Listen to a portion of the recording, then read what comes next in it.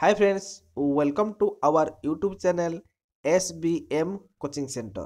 Friends, ପୁଣି ଆପଣମାନଙ୍କ ପାଇଁ ଆଉ ଗୋଟେ ମେଟ୍ରିକ୍ର ପ୍ରାକ୍ଟିସ୍ ନେଇ ଆସିଛି, ଯାହାକି ଆପଣମାନଙ୍କର ସାଧାରଣ ବିଜ୍ଞାନ ବା ଜେନେରାଲ ସାଇନ୍ସରୁ ଆସିଛି। এইଗୁଡ଼ିକୁ ଆପଣମାନେ ଟିକେ ପ୍ରାକ୍ଟିସ୍ କରନ୍ତୁ ଏବଂ କ୍ୱେଶ୍ଚିନ୍ ଗୁଡ଼ିକ ଦେଖନ୍ତୁ, ଡିସ୍କସନ୍ କରନ୍ତୁ, ଯାହାକି ଆପଣମାନଙ୍କର ବୋର୍ଡ଼ ଏକ୍ଜାମରେ ନିଶ୍ଚୟ ଆପଣମାନଙ୍କର ହେଲ୍ପଫୁଲ୍ ହେବ। ସେଥିପାଇଁ ଡେରି ନକରି ଭିଡ଼ିଓଟିକୁ ଷ୍ଟାର୍ଟ କରିବା ଏବଂ ଆପଣମାନେ କେମିତି ନିଜ ନିଜ ମାର୍କ ମଧ୍ୟ ଚେକ୍ କରିବେ ତାହା ପୂର୍ବ ଭିଡ଼ିଓରେ ମୁଁ କହିସାରିଛି। ଏବେ ମଧ୍ୟ କହୁଛି, ଆପଣମାନେ ପ୍ରଥମେ ଗୋଟେ ପାଖରେ ଖାତା କଲମ ରଖନ୍ତୁ ଏବଂ ଏହି ପ୍ରଶ୍ନ ଗୁଡ଼ିକ ମୁଁ ଉତ୍ତର କହିବା ଆଗରୁ ଆପଣମାନେ ଅପସନ୍ ଗୁଡ଼ିକୁ ଉତ୍ତର ନିଜ ଖାତାରେ ଲେଖନ୍ତୁ ଏବଂ ଲାଷ୍ଟକୁ ଆପଣମାନେ 50ଟା କ୍ୱେଶ୍ଚିନ୍ ଆମେ ଡିସ୍କସନ୍ କରିବା ଏବଂ 50ଟା କ୍ୱେଶ୍ଚିନ୍ ମଧ୍ୟରେ ଯେତୋଟି କ୍ୱେଶ୍ଚିନ୍ ଆପଣମାନଙ୍କର ଆସିବ ତାହା ଆପଣମାନଙ୍କର ପ୍ରକୃତ ସ୍କୋର ବୋଲି ଭାବିବେ। ଚାଲନ୍ତୁ ଡେରି ନକରି ଷ୍ଟାର୍ଟ କରିବା ଏବଂ ଏହାର ଆପଣମାନଙ୍କ ମାର୍କ କେତେ ରହିଲା ନିଶ୍ଚିତ ରୂପେ ଜାଣିପାରିବେ। ଭିଡ଼ିଓଟିକୁ ଆରମ୍ଭ କରିବା ଆଗରୁ ମୁଁ ଆପଣମାନଙ୍କୁ କହି ରଖୁଛି, ଯଦି ଆପଣମାନେ ପ୍ରଥମ କରି ଭିଡ଼ିଓଟିକୁ ଦେଖୁଛନ୍ତି ତାହେଲେ ଭିଡ଼ିଓକୁ ଲାଇକ୍ କରିଦିଅନ୍ତୁ, ଚ୍ୟାନେଲକୁ ସବସ୍କ୍ରାଇବ୍ କରି ପାଖରେ ଥିବା ବେଲ୍ ଆଇକନ୍ ଦବାଇ ଅଲ୍ ନୋଟିଫିକେସନକୁ କ୍ଲିକ୍ କରିଦିଅନ୍ତୁ। ଏହି ଚ୍ୟାନେଲରେ ଆମର ସମସ୍ତ ପ୍ରକାର ଏଜୁକେସନାଲ କିମ୍ବା ଆପଣମାନଙ୍କ ପ୍ରାକ୍ଟିସ୍ ସେଟ୍ ଯାହା ବି ଆସିବ ବୋର୍ଡ଼ ଏକ୍ଜାମ ରିଲେଟିଭ୍ କୌଣସି କ୍ୱେଶ୍ଚିନ୍ ଆସିବ ତାହେଲେ ଏହି ଭିଡ଼ିଓ ମାଧ୍ୟମରେ ସର୍ବପ୍ରଥମେ ଆପଣମାନେ ପାଇପାରିବେ। ତ ଚାଲନ୍ତୁ 1 ନମ୍ବର ପ୍ରଶ୍ନକୁ ଯିବା। 1 ନମ୍ବର ପ୍ରଶ୍ନରେ କହିଛି, ଲଘୁ ହାଇଡ୍ରୋକ୍ଲୋରିକ୍ ଅମ୍ଳକୁ ଲୁହା ଗୁଣ୍ଡରେ ମିଶାଇଲେ କ'ଣ ହେବ? ଏହାର ଅପସନ୍ ଗୁଡ଼ିକ ମଧ୍ୟ ଦେଖନ୍ତୁ। କ ନମ୍ବର କହିଲା ଲୌହ ଦ୍ରବଣ ଓ ଜଳ ସୃଷ୍ଟି ହେବ। ଖ କହିଲା କ୍ଲୋରିନ୍ ଗ୍ୟାସ୍ ଏବଂ ଲୌହ ହାଇଡ୍ରୋକ୍ସାଇଡ୍ ଉତ୍ପନ୍ନ ହେବ। ତାପରେ ଗ ନମ୍ବର କହିଛି ହାଇଡ୍ରୋଜେନ୍ ଗ୍ୟାସ୍ ଓ ଲୌହ କ୍ଲୋରାଇଡ୍ ଉତ୍ପନ୍ନ ହେବ। ତାପରେ ଘ ନମ୍ବର କହିଲା କୌଣସି ରାସାୟନିକ ପ୍ରକ୍ରିୟା ଘଟିବ ନାହିଁ। ତ ଏହି ଅପସନ୍ ଗୁଡ଼ିକ ମଧ୍ୟରୁ ଆପଣମାନେ ଯେଉଁଟା ସଠିକ୍ ବୋଲି ଭାବୁଛନ୍ତି ତାହା ଗୋଟେ ଖାତାରେ ଲେଖନ୍ତୁ, କିନ୍ତୁ ମୁଁ ଏହାର ଉତ୍ତର କହିବି। ଦେଖନ୍ତୁ, ଏହାର ଉତ୍ତର ହେବ ହାଇଡ୍ରୋଜେନ୍ ଗ୍ୟାସ୍ ଏବଂ ଲୌହ କ୍ଲୋରାଇଡ୍ ଉତ୍ପନ୍ନ ହେବ। ଅପସନ୍ ଗ'ଟା ହେବ ରାଇଟ୍ ଆନ୍ସର୍। କାହାର ବିଘଟନ ଘଟି ଖତ ଉତ୍ପାଦନ ହୁଏ? କାହାର ବିଘଟନ ଘଟି ଖତ ଉତ୍ପାଦନ ହେଉଛି ନା ମାଟି, ଅଜୈବିକ ପଦାର୍ଥ, ଗୋବର, ଉଦ୍ଭିଦଜାତ ପଦାର୍ଥ। ଏହାର ଅପସନ୍ ଗୁଡ଼ିକ ଦେଖନ୍ତୁ କେଉଁଟା ଠିକ୍ ହେବ। ଏହାର ରାଇଟ୍ ଆନ୍ସର୍ ହେବ କେଉଁଟା ନା ଉଦ୍ଭିଦଜାତ ପଦାର୍ଥ ଗୁଡ଼ିକ ବିଘଟନ ଘଟି ଉତ୍ପାଦନ ସୃଷ୍ଟି ହେବ ବା ଖତ ଉତ୍ପାଦନ ସୃଷ୍ଟି ହେବ। ତ ଦେଖନ୍ତୁ, ନିମ୍ନୋକ୍ତ କେଉଁଟି ଜାଗରଣ ପ୍ରତିକ୍ରିୟା ଅଟେ? 2Mg+O2 ଯାହାକି 2MgO। ତାପରେ କହିଛି 2Ca+O2 2COO। ଏହା କେବଳ ଅପସନ୍ କ'ଣ କହିଛି? କେବଳ 1 ହେବ ନା କେବଳ 2 ହେବ ନା 1 ଓ 2 ହେବ ନା କୌଣସି ନୁହେଁ? ତ କେଉଁଟା ହେବ ନା 1 ଦୁଇଟି ଯାକ ହେବ। କାହିଁକି ନା ଦେଖନ୍ତୁ 2MgO ବା 2Mg+O2 ମିଶି 2MgO ହେଲା, ତେବେ 2Ca+O2 2CaO ହେବ ହେଲା। ତ ଏହାର ଅପସନ୍ ଗୁଡ଼ିକ ଗହଡ଼ା ହେବ ଦୁଇଟି ଯାକ। ଏକ ସବଳ ଅମ୍ଳ ଓ ଦୁର୍ବଳ କ୍ଷାରକର ଲବଣର pH ମୂଲ୍ୟ ପ୍ରାୟ କେତେ ହେବ? ଏକ ସବଳ ଅମ୍ଳ ଓ ଦୁର୍ବଳ କ୍ଷାରକ ଲବଣର pH ମୂଲ୍ୟ ପ୍ରାୟ କେତେ ହେବ? 7ରୁ ବେଶୀ ହେବ। ଦେଖନ୍ତୁ ସାଙ୍ଗମାନେ, 7ରୁ କମ୍ ହେବ। 7ରୁ ବେଶୀ ନାହିଁ, 7ରୁ କମ୍ ହେବ। ଏଇଟା ବହୁତ ଇମ୍ପୋର୍ଟାଣ୍ଟ କ୍ୱେଶ୍ଚିନ୍, ପ୍ରାୟ ସମସ୍ତ ପରୀକ୍ଷାରେ ଏ କ୍ୱେଶ୍ଚିନ୍ଟା ଆସିଥାଉଛି।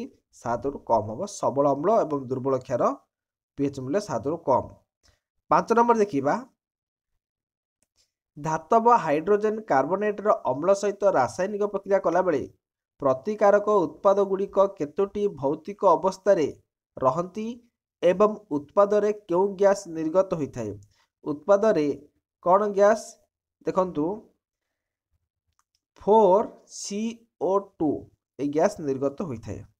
ତାପରେ ଦେଖିବା 6 ନମ୍ବର, 2 ବୁନ୍ଦା ଫନଲ୍ ଫଥାଲିନ୍କୁ ସୋଡ଼ିୟମ୍ ହାଇଡ୍ରୋକ୍ସାଇଡ଼୍ରେ ମିଶାଇଲେ ତାହା କେଉଁ ରଙ୍ଗ ଧାରଣ କରେ?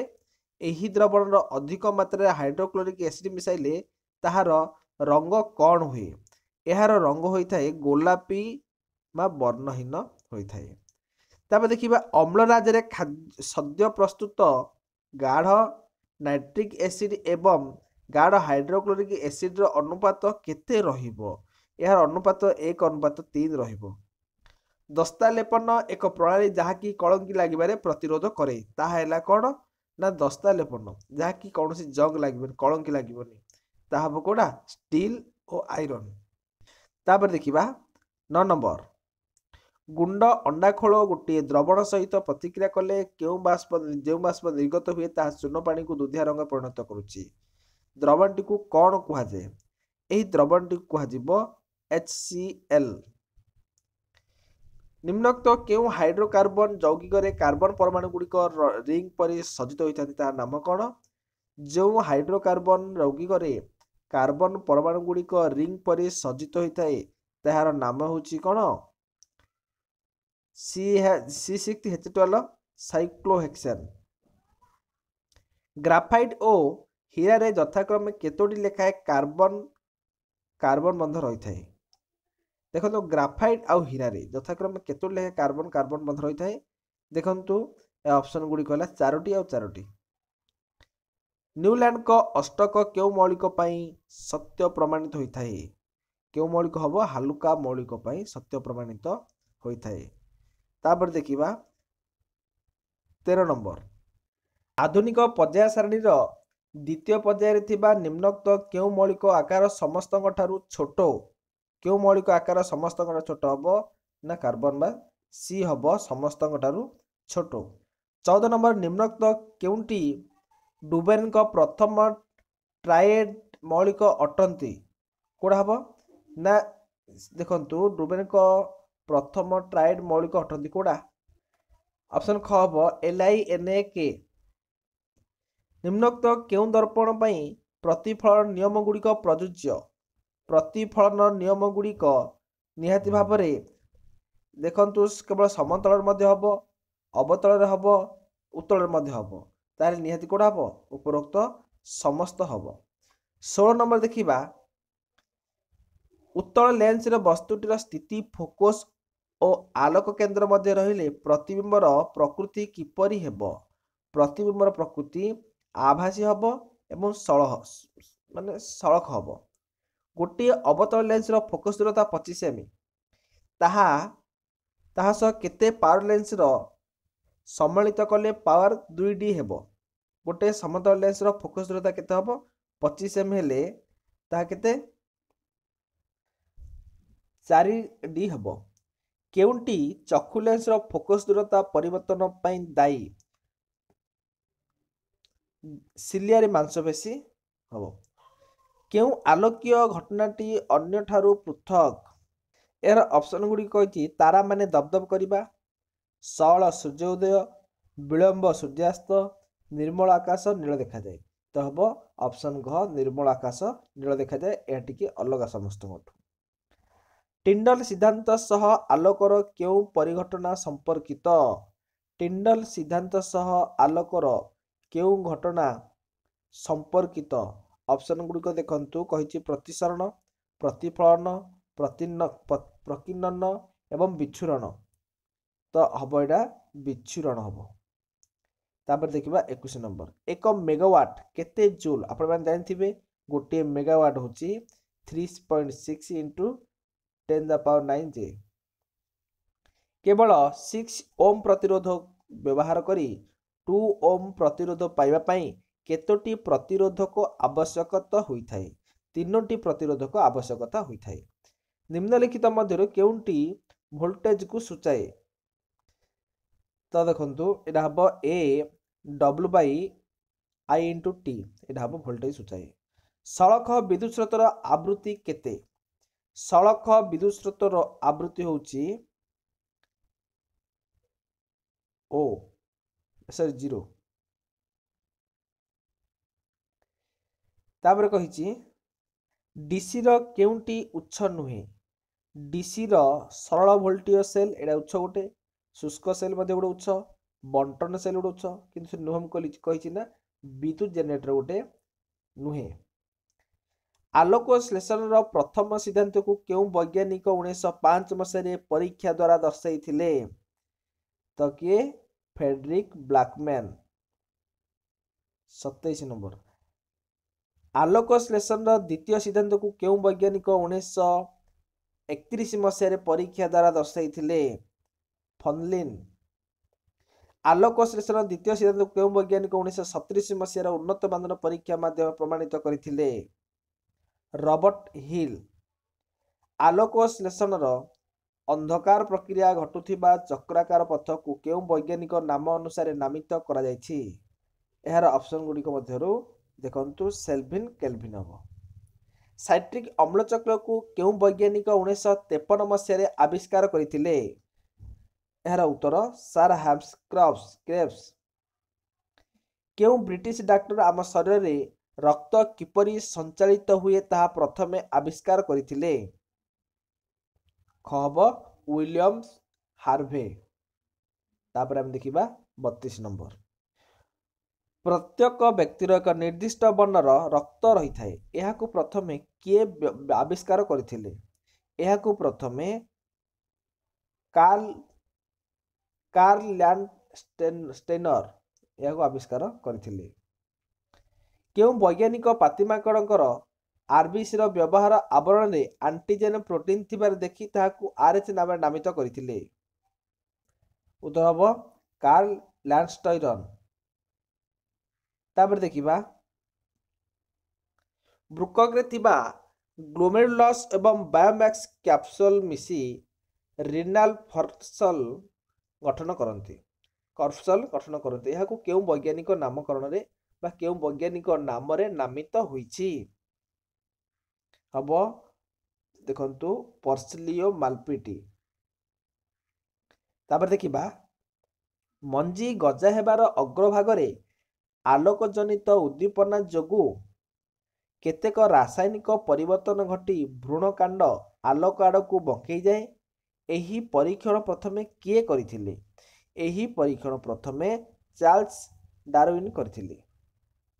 केउ रूस वैज्ञानिक प्रतिक्षेप प्रक्रिया उपरे गवेषणा करथिले?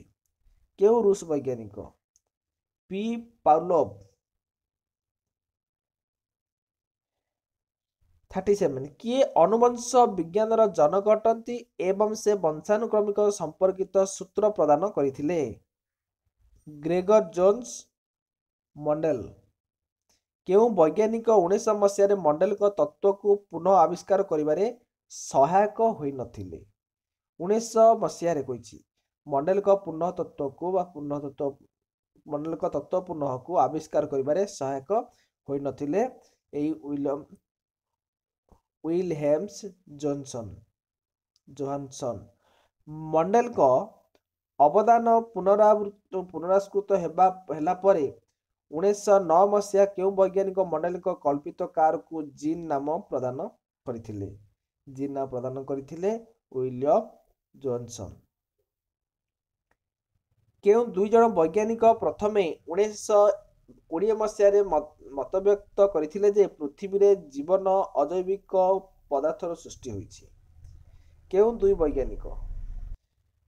ओपारिन एवं हाल्डेन। 41 नंबर। केउ दुई जन वैज्ञानिक प्रथमे 1953 मसीह प्रमाण करथिले जे CH4 एवं NH3H एवं जलीय बाष्परु अमीनो अम्ल उत्पन्न होईछि? तो राइट आंसर हबो मिलर एवं यूरे। केउ जर्मन वैज्ञानिक 20 शताब्दीर शेष बेलू 22 पीढ़ी पर्यंत प्रत्येक पीढ़ीर मूषार लांगुड़ काटी देथिले जे परवर्ती पीढ़ीर मूषा पूर्व परि निजर लांगुड़ नहीं जन्म अछंती? केउ वैज्ञानिक यह कहि देखिथिले? August Weizmann. 1850 ख्रीष्टाब्द रे इंग्लैंड रे प्रकाशित होइथिबा पुस्तक द ओरिजिन ऑफ स्पेसीज रो लेखक नाम कौन? 1850 मसीह होइथिला। ऑप्शन हबो रॉबर्ट डार्विन। 15 शताब्दी रे केउ वैज्ञानिक कहिथिले जे पृथ्वी परि आउ 5टी ग्रह सूर्य चारिपटे बुलुची और विश्व ब्रह्मांड रे आम सूर्य परि कोटि कोटि सूर्य अछंती? केउ वैज्ञानिक कहिथिले? निकोलास कोपेरनिकस। इकोसिस्टम शब्दर प्रचलन प्रथमे केउ वैज्ञानिक 1935 मसीह आरंभ करथिले? इकोसिस्टम जहाँकि इकोसिस्टम प्रथमे केउ वैज्ञानिक ए शब्द को प्रयोग करथिले? देखंतु ऑप्शन गुड़िक निकोलास कोपेरनिकस हबनी, रॉबर्ट डार्विन हबनी, अगस्ट विजन हबनी, एटा हबो देखंतु एच टांसल। केउ इंग्रजी परिवेशित बा परिवेशविद विभिन्न परिसंस्थारे देखा खाद्य श्रृंखला को अनुध्यान करिथिले जे कौनसी खाद्य श्रृंखला अति बेसी 5टी खाद्य स्तर रही थाए तो कही चार्ल्स एल्टन। केउ परिवेशविद 1942 मसीह विभिन्न पोषक स्तर रे मिलुथुबा शक्तिर परिमाण को अनुध्यान करी 10% नियम प्रणयन करथिले। राइट आंसर हम आर.एल. लिंडेमैन। केउ इंग्रजी परिवेशविद विभिन्न प्रकार परिसंस्था संबंध में अनुध्यान करी दर्शाइथिले जे परिसंस्थार उत्पादक मानक संख्या सबुठारु अधिक एवं शीर्ष भक्षक संख्या सबुठारु कम। एहार राइट आंसर है चार्ल्स एल्टन। तापर देखिबा 49 नंबर 1730 मसीह जोधपुर केउ राजा एक दुर्ग निर्माण उद्देश्य रे बड़ बड़ गछ काटी देबा पई तांको सैन्य मानकु खेजराली ग्राम को पठाइथिले। केउ वैज्ञानिक केउ राजा जहाँकि जोधपुर 1730 मसीह कही। तो ऑप्शन कोड़ा हम देखो ऑप्शन रमण सिंह, राणा प्रताप सिंह, माधे सिंह, अभय सिंह। कोड़ा हम अभय सिंह। केउ परिवेशविद साधारण जनता और कृषक को नहीं दासोली ग्राम स्वराज मंडल नामक गोटे संस्था गठन करथिले। यार उत्तर हम चंडीचरण भट्ट हम राइट आंसर। पिला माने आशा करुच्ची आपण मानक वीडियोटी संपूर्ण रूप हेल्पफुल हम। जदि आपण मानक वीडियोटी भल लगी ताहले वीडियो को लाइक करदे, चैनल को सब्सक्राइब करी पाखर थिबा बेल आइकन दबे ऑल नोटिफिकेशन को क्लिक करदे, जहाँ फल कि प्रतिदिन आम यही वीडियो गुड़िक आपण मैंने सर्वप्रथम देखिपारे एवं प्रैक्टिस करेंगे, जहाँ फल कि आपण मानकर परीक्षा बहुत भल नंबर रोचे। पे परवर्ती वीडियो पुणी देखा। जय जगन्नाथ।